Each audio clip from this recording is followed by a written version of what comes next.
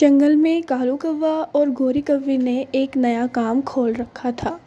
کالو کوے کو لکڑی سے کچھ بنانا آتا تھا، اس وجہ سے وہ پرندوں کے گھر بنایا کرتا تھا تاکہ جب ان کے گھر ٹوٹ جائیں تو وہ کالو کوا اور گوری سے خرید لیں۔ لیکن بات یہ ہے کہ کوئی بھی اس کے گھر نہیں لیتا تھا کیونکہ سب کے پاس اپنا اپنا گھر تھا۔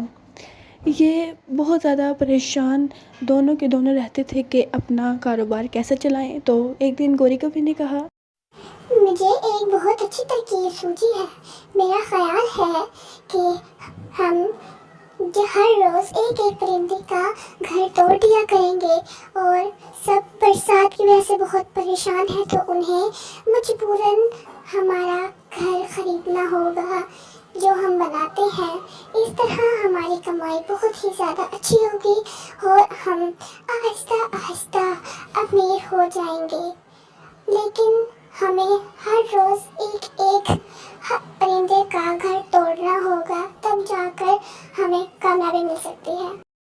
ہاں، تم ٹھیک کہہ رہی ہو۔ میرا خیال ہے کہ ہمیں آج چڑیا کے گھر کو توڑنا چاہیے، اور اس کے گھر کو اگر ہم برباد کر دیں گے تو برسات کی وجہ سے وہ گھر ضرور لے گی۔ تو وہ فوراً چڑیا کے گھر جاتے ہیں۔ چڑیا وہاں نہیں ہوتی کیونکہ وہ کھانے کی تلاش میں گئی ہوتی ہے۔ وہ موقع پاتے ہیں اور اس کا گھر توڑ دیتے ہیں اور وہاں سے چلے جاتے ہیں اپنے گھر خوشی خوشی۔ چڑیا جب کھانا لے کر آتی ہے تو وہ دیکھتی ہے کہ اس کا گھر نہیں رہتا، ٹوٹ گیا ہوتا ہے، نیچے گر گیا ہوتا ہے اور اب وہ اس میں رہ نہیں سکتی۔ تو وہ پریشانی کے عالم میں کہتی ہے، ہائے ہائے، میرا گھر کس نے برباد کر دیا ہے؟ مجھے تو لگا تھا کہ میں اس پر برسات نکال لوں گی اس گھر سے، مگر یہ تو ٹوٹ گیا، نیچے گر گیا۔ ایسا کیسے ہو سکتا ہے؟ میں نے تو اتنی محنت سے اسے پکا کروایا تھا۔ میں تو بے فکر تھی کہ اب مجھے اس پر زیادہ محنت نہیں کرنی پڑے گی، لیکن یہ کیا ہو گیا؟ برسات آنے والی ہے اور مجھے فوراً کوے کے پاس جانا ہوگا گھر لینے کے لیے۔ وہ فوراً ان کے پاس جاتی ہے اور کہتی ہے کہ کالو کوا اور گوری کوی، مجھے تم لوگوں کی مدد چاہیے۔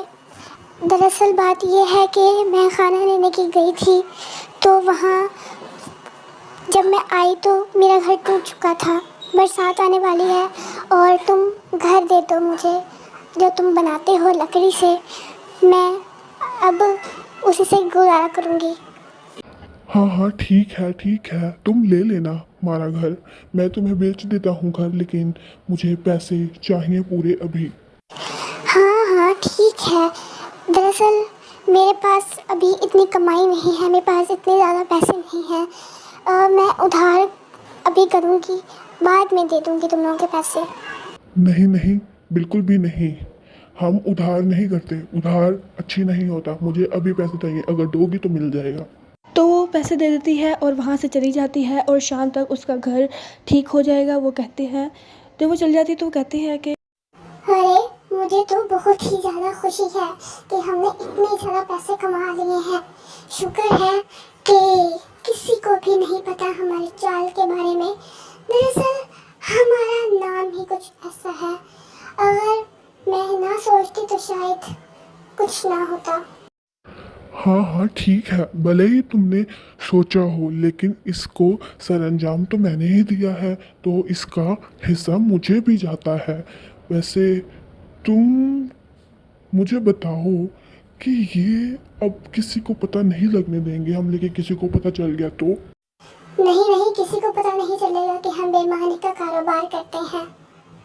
یہ سب کچھ چڑیا نے سن لیا اور اس نے کہا کہ کیا تم لوگوں نے میرا گھر توڑ دیا؟ تم لوگ بے ایمانی کا کاروبار کرتے ہو؟ مجھے تم لوگوں سے یہ امید نہیں تھی۔ کیا تم لوگ پیسے کمانے کے لیے اتنا کچھ کرتے ہو؟ اگر تم لوگ یہی محنت میں لگاؤ تو شاید تم سب سے زیادہ امیر بن جاؤ۔ تم لوگوں کی سب سے زیادہ خامی یہی ہے کہ آپ لوگ ایسے کرتے ہیں۔ مجھے امید نہیں تھی کہ آپ میرا گھر توڑ دیں گے، مجھے اتنی زیادہ محنت لگی۔